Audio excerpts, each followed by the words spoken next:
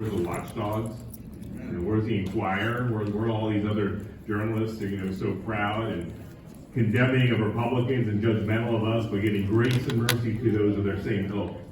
So these are strange times. But I am heartened, though, because what happened in Virginia last night, huh? Oh, yeah. There's hope. And I mean, McAuliffe had all the big guns. He had his buddy Bill Clinton show up. And, little Wild Bill. Obama. And Sleepy Joe show up. And Kamala Harris, however you say her first name, she can't even get it right.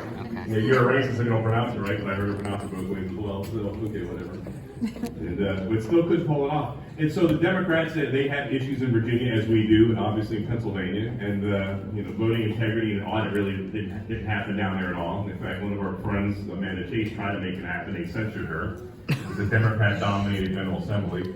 So all the reasons to stay home that I hear people talk about, they could have stayed home in Virginia, but they didn't. They showed up. Do you remember what happened 2 years ago? They didn't show up, and they were losing their Second Amendment rights. Remember that? Being stripped away overnight. And so the people in Virginia showed up, and they changed history. I mean, it was a sweep. It was huge. Not only did we win the governor race in Virginia, but also lieutenant governor, a Jamaican lady, Right. and also the attorney general, a Cuban American. I mean, come on, this is fantastic. It's exciting.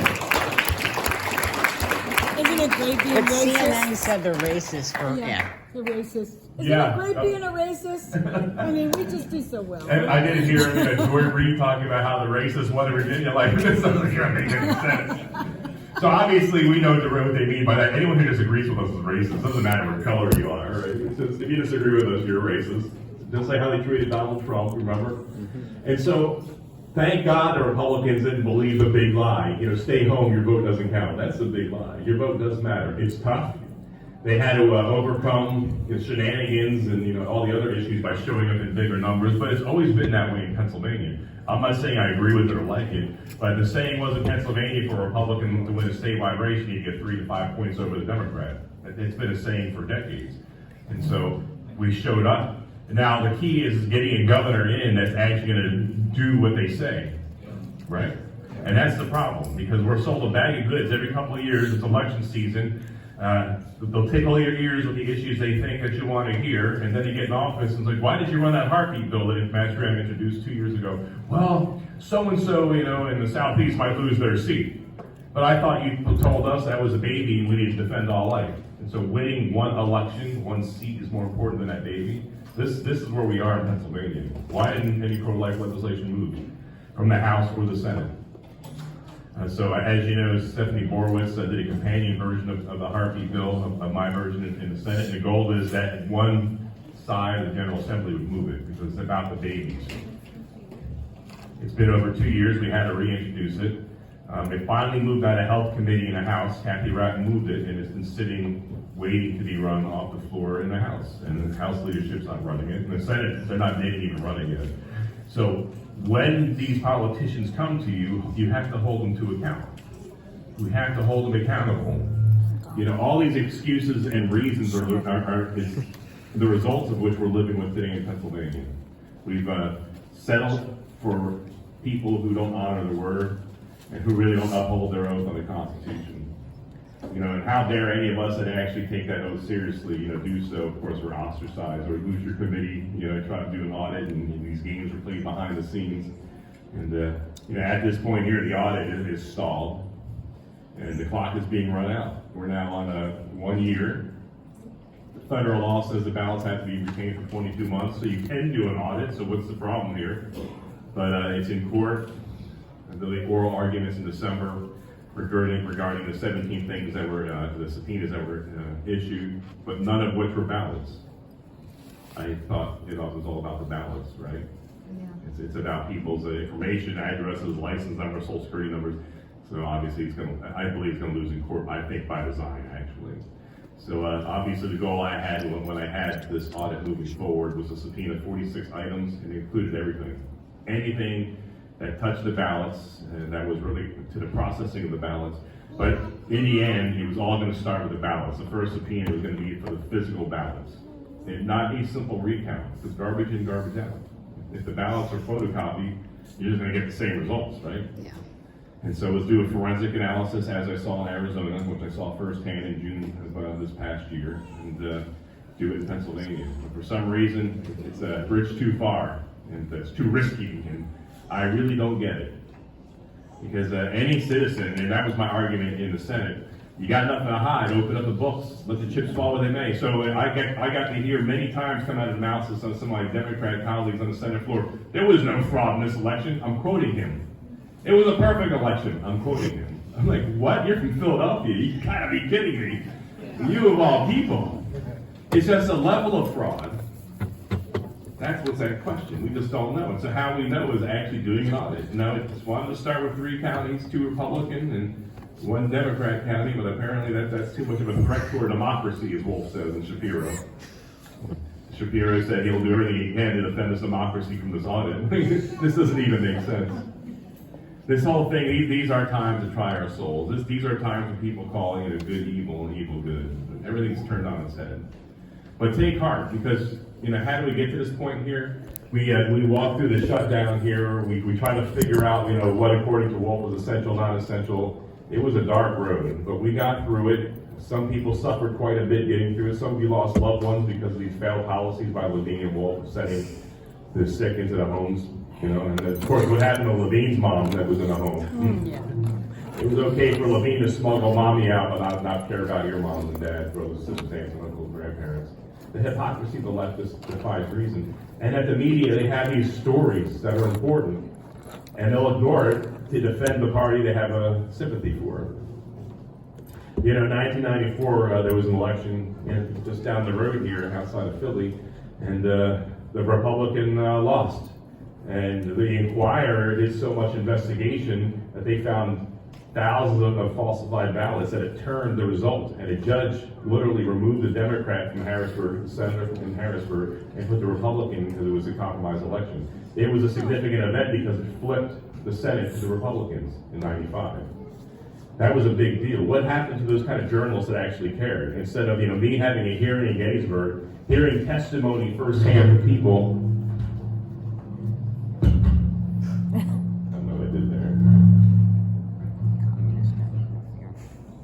Okay, I guess I'll hold it.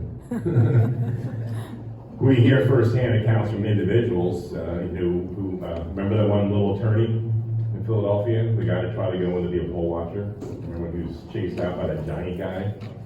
That was on video. There's Mastriano advancing baseless claims of voter fraud. And I'm like, what? We have video, and nobody looked into it.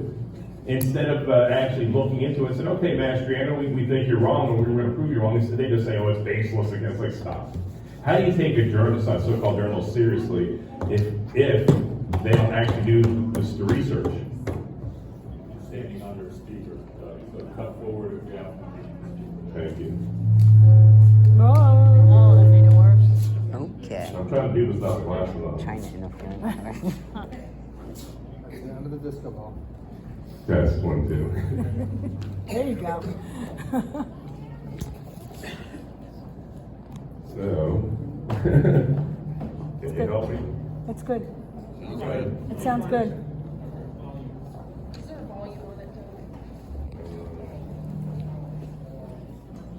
There's all this evidence that everyone's talking about, right? They're crimes, they kill people, they're continuing to do it, okay? At what point are we actually going to do something about it? I mean, we have the right. Do we need to get our sheriffs involved? Do we need to go down there? I mean, we have the right because people are criminals and there's evidence. It can't be just sit back and wait because last night I went to sleep and my school board, we'd won it and we'd won all those local elections. And this morning we wake up and there's 5,700 ballots that showed up in the middle of the night. Okay, for elections that were won by 100 votes. Sure. But it's by the time you run, we're going to be at that 22-month mark, okay? So at that point, it doesn't make a difference because they've run out the clock. I'm sending letters, we're organizing people, but at this point, something needs to get done because the clock's running.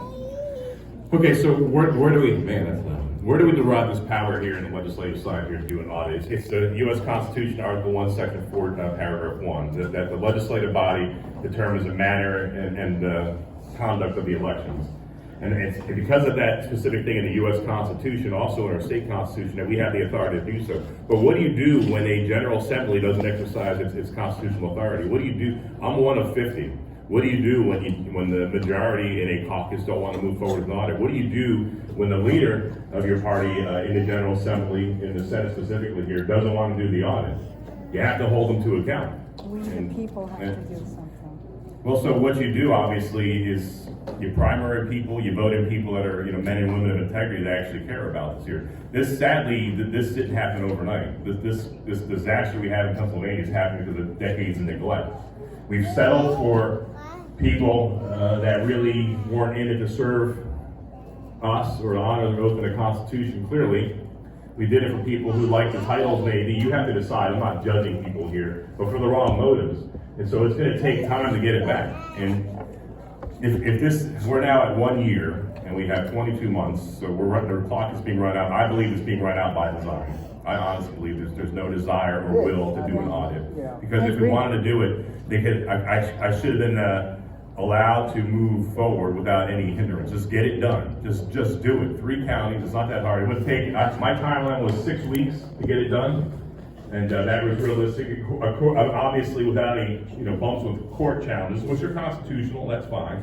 But 6 weeks we could have been in and out and done, simple as that. Philly would have taken a bit more time, because they had 700,000 ballots there to look at just for 2020. Let's look at 2021 as well for compare and contrast. I had York County and I had Tioga County here. And York County is one of my counties, which did experience some issues past 2 elections on running out of ballots. So we want to get to the bottom of that as well. Yes? How can we get mail-in ballots? So, 77.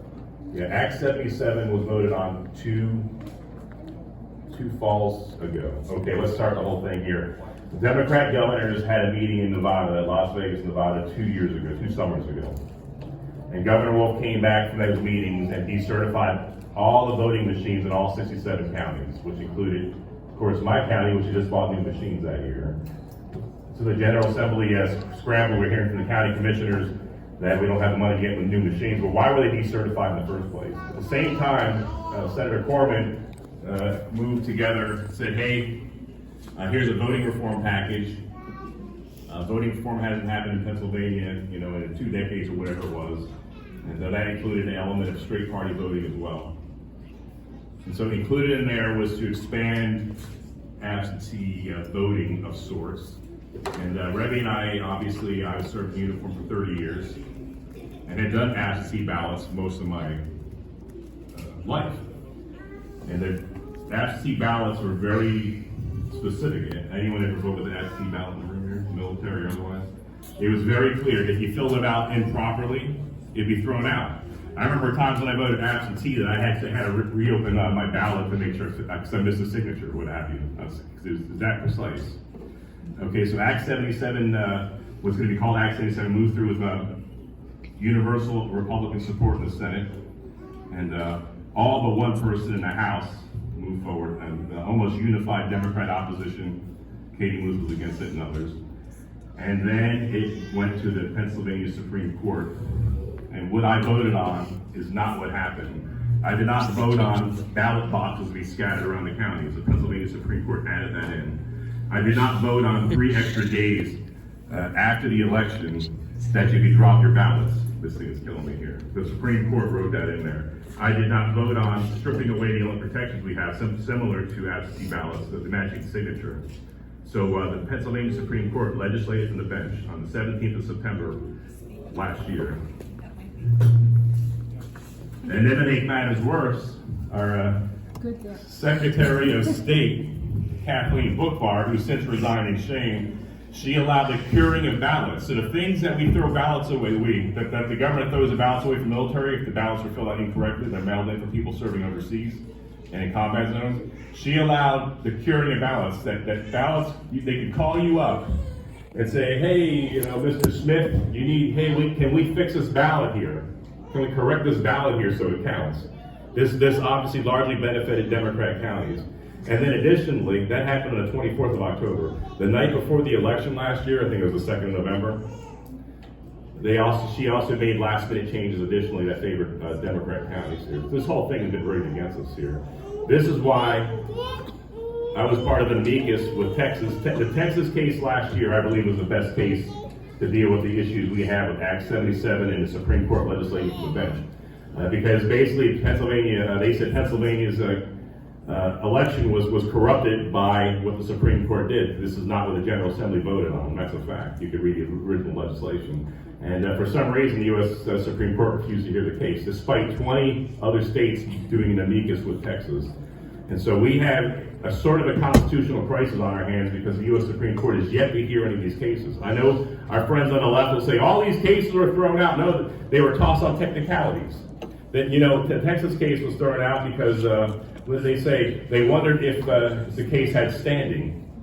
And I don't know how all those states don't have standing, or I myself and several other Republican senators that did the amicus with how I don't have standing as somebody elected by, you know, representing 250,000 people in the state.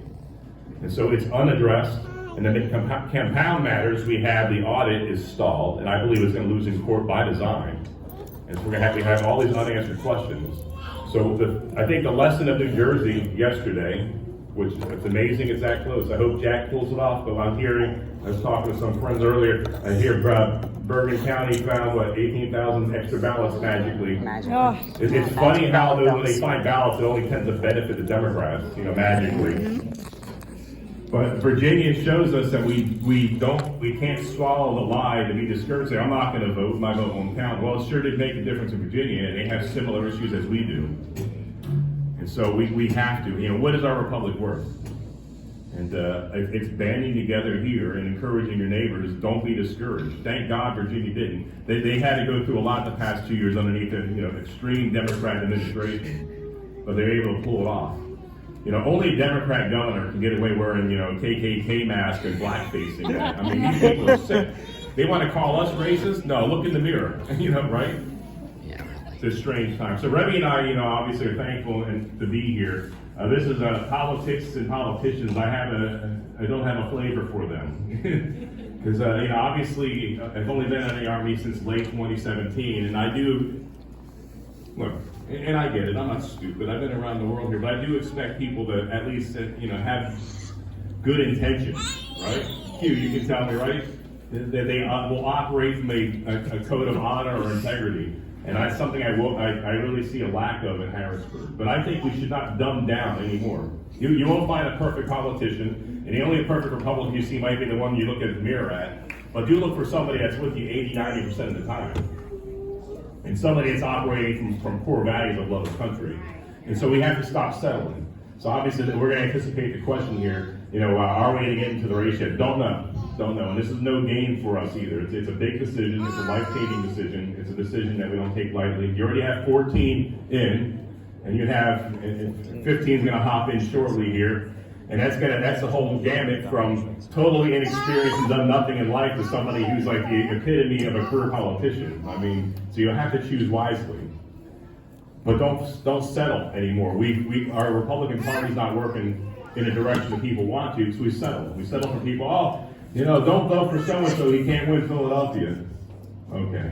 Oh, but I can raise money, so vote for me. That's not criteria. I think the criteria should be somebody's going to uphold their oath, somebody who's done something in life that's benefited the nation or the state, somebody who's been there for you kind of thing and fighting. You know, we have gone to various events where we get to hear my colleagues running for office, you know, make all these promises. I will fight for you, I will do this and that. I'm like, Rebbe and I are like, where have you been the past 2 years when we really needed you?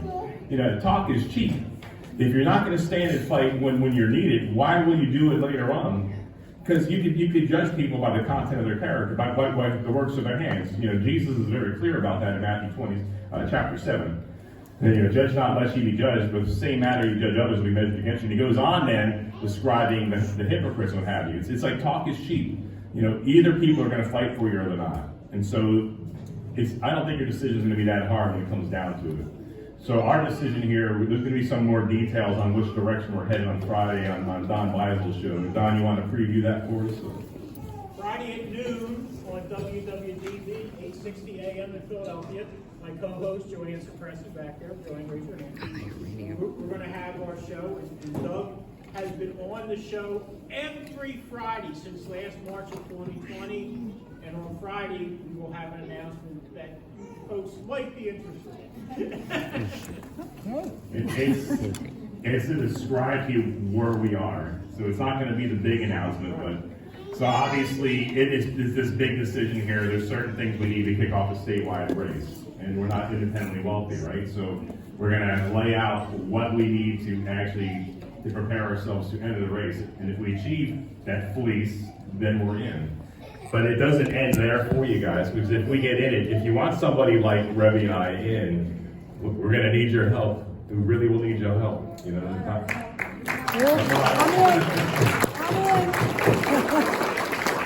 you know, it's been very eye-opening to me. If somebody who spent 30 years in the Army as an officer, somebody who had a top secret security clearance all 30 years, and to be attacked constantly in the media, I'm like, what are they afraid of exactly? You know, we're not very powerful, not very influential. There's pretty much common people here. What are they afraid of? I think they're afraid of you. Because, it is our heart's desire to speak and do the will of the people. And I don't know, it's interesting to me that the left is so terrified of it. They read these articles in the Philly papers, every couple months. It's like, who is this villain you're writing about? I don't know him. But what are they afraid of? And I see the same sort of fear on the right as well.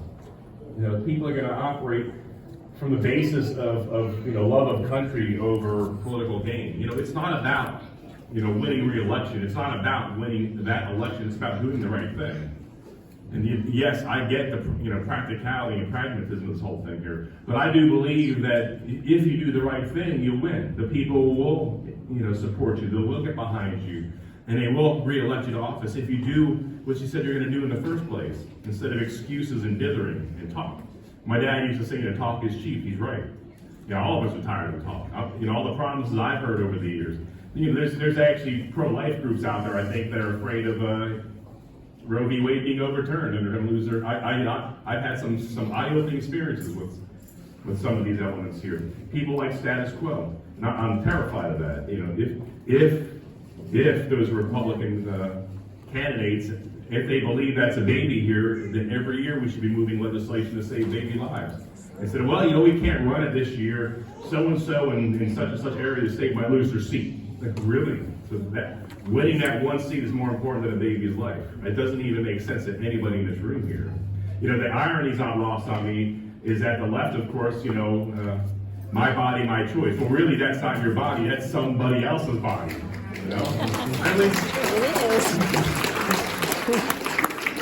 Science, genetics, DNA, biology tell us.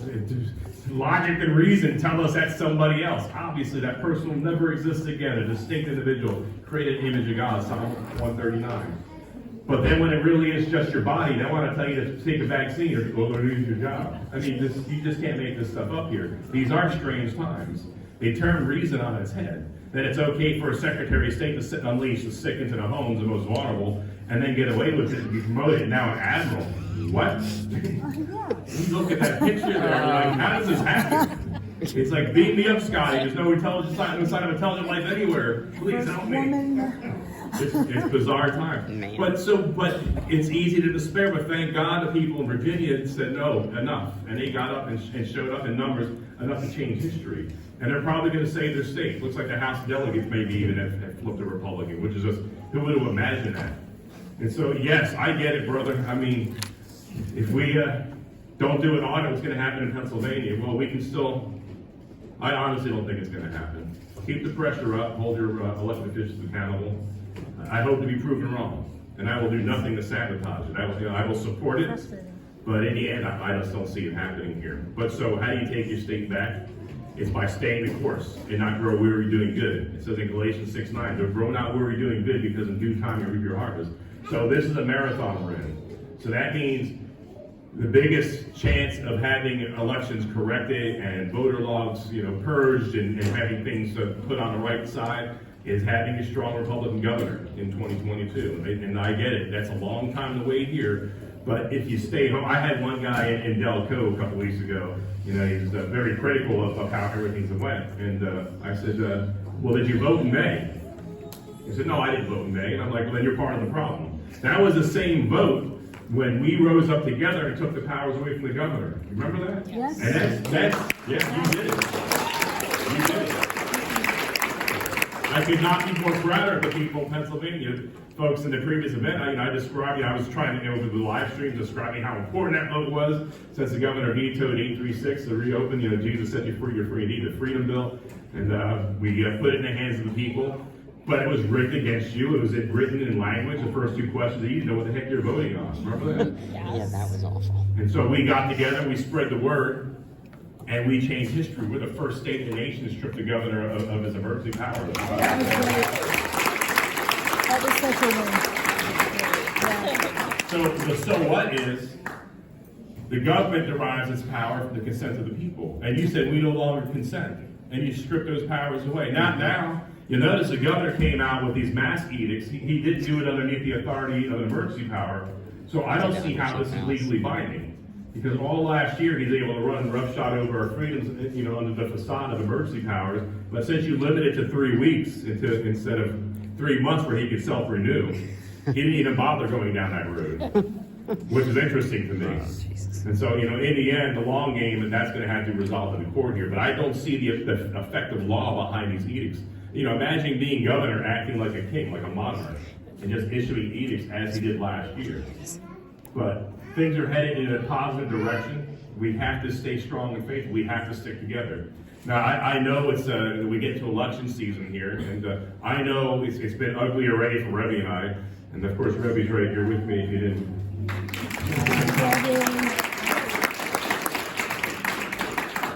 I'm going to ask Rebby to jump in here in a second, but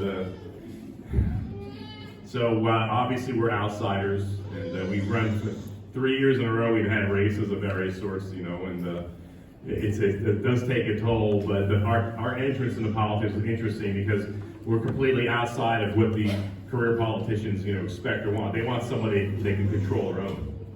That's what I've seen anyway in my limited time in Harrisburg. And so as I won a special election, and we're being grilled by the insiders, and their career politicians, they're very upset that I won, by the way. They usually, special elections, usually, folks are handpicked. And the guy they won lost resoundingly. Thank God for a blessing. But they're grilling Rebby and I, how we got there. They wanted to know if, they were asking a lot of questions about our financials and all kinds of things, and kind of leering at us over the table. So it was definitely an intimidation. You felt like, the mafia had you spotted on. But they said to Doug, who was your campaign manager? And he said, my wife was my campaign manager. And they looked at me and said, how are you qualified to be a campaign manager? And honestly, the only thing that came to my mind to say, truly, it's not like I'm extremely witty or anything, but the only thing that came to my mind to say is, well, I'm an Army wife. And that completely shut down all the questioning. And got a lot of blanks, I think that's worth you hearing because it just shows you how disconnected these insiders are from life. They don't know what a military spouse gives up. I would never have made it to colonel or with my PhD and master's degree without Rebby sacrificing. She sacrificed everything. She homeschooled Josiah. She put her life, on hold. Yeah.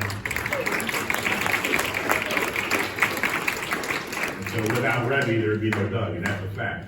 And every time she sent me off to war was from Germany, not from America. So there was no, network of friends or family. Well, we did have friends with her, but no family to back her up, in Europe. And the uncertainty of, if you're deploying, if you're going off to war, if you're coming home, what we're up to. The Desert Storm, my first combat experience here, letters would take 2 to 4 weeks to get back and forth, so she had no idea even when we were on the media blackout there in ground operations, obviously.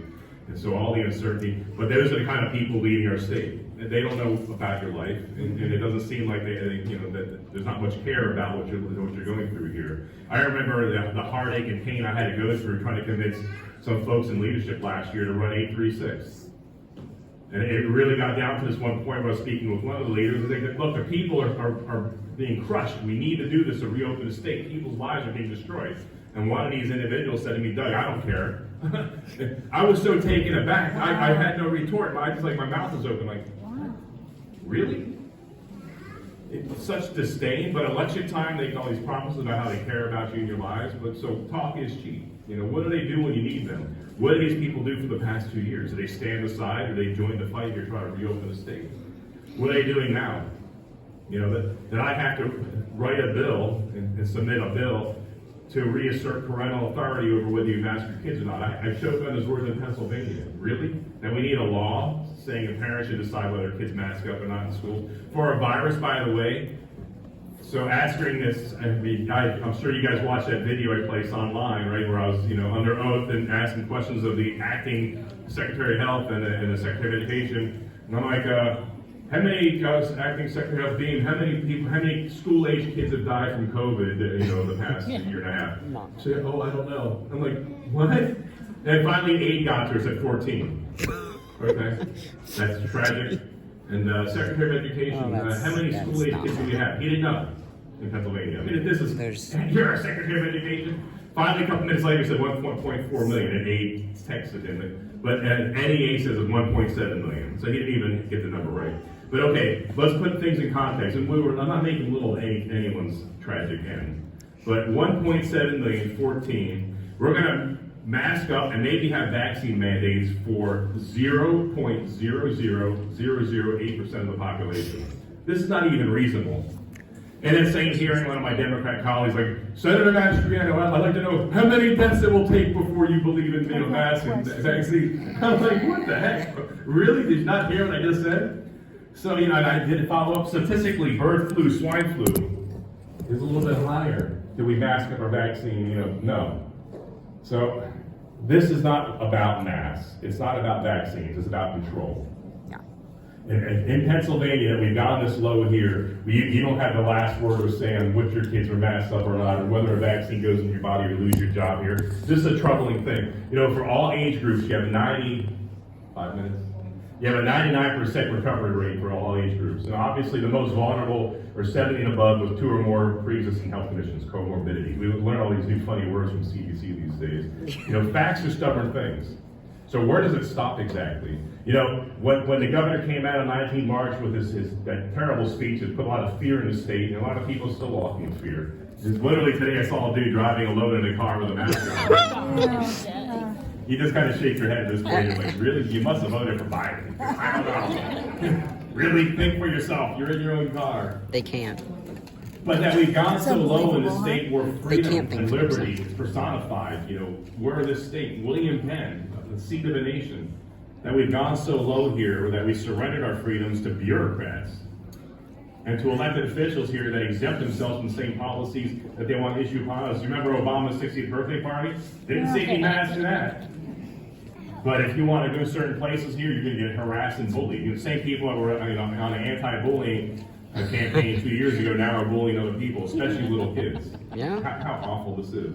So we've reasserted our freedoms here. It's a tough road because we do have, you know, leadership does matter. And Governor Wolf is wielding a heavy pen right now. And so how it all starts is find somebody you get behind at the state level, at the federal level, and just don't vote for them. Work for them, volunteer for them, donate to them, you know, be part of the solution. And my final thought is, as I wrap things up for the next event, is that, you know, I like to tell people, if you don't vote, you don't have the right to complain. Now, obviously, that's tongue-in-cheek here, but you're part of the problem if you don't vote. It's not that hard. That's the least we can do, right? You think about all the men and women that have put the uniform on. Think about the 13 that should not have died in August because of that tragic, terrible retreat from Afghanistan. You know, any Afghan veteran in the room here, I totally get it. It's a sense of betrayal that I felt watching how that happened. It was time to wind that mission down. I get it. But if the cost of keeping 2,500 men and women in Bagram Air Base to keep stability, that's not much of a price to pay. We still have about 19,000, 20,000 in South Korea. I think 2,500 in Afghanistan is doable. But the way that retreat happened here, and then rushing back in like a Keystone Cops here, and still leaving Americans behind here, what's happened to our country? And I think this gives us a small appreciation for the Vietnam-era veterans, because our country turned their back on them, and they were called names. Many of you heard me tell them about my dad he was in the Navy, spent the end of his career in Lakehurst Naval Air Station, and I always wanted to see my dad in uniform as a little kid, right? I'm like, Dad, why don't you wear your uniform anymore? And he goes, I can't. The commander said we might get attacked or beat up if we wore our uniform. That was the 60s and 70s.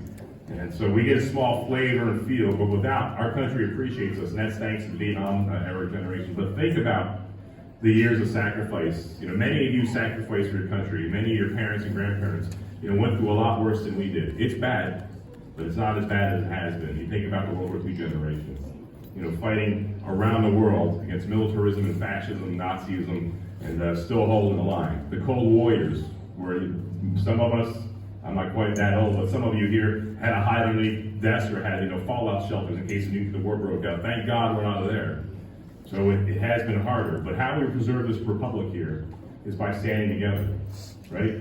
The last story here, as I wrap it up, is of course Philadelphia in September of 1787. Benjamin Franklin was coming out of Independence Hall. Mrs. Powell, there was a crowd outside trying to figure out what the heck they'd agreed upon because the Articles of Confederation didn't work. And Mrs. Powell yelled over to Benjamin Franklin, "So what do we have, Mr. Franklin, a monarchy or a republic?" And what did he say? A republic. A republic if you can keep it. So we do have to keep it. And thank you for coming out here, and it's good to see you all.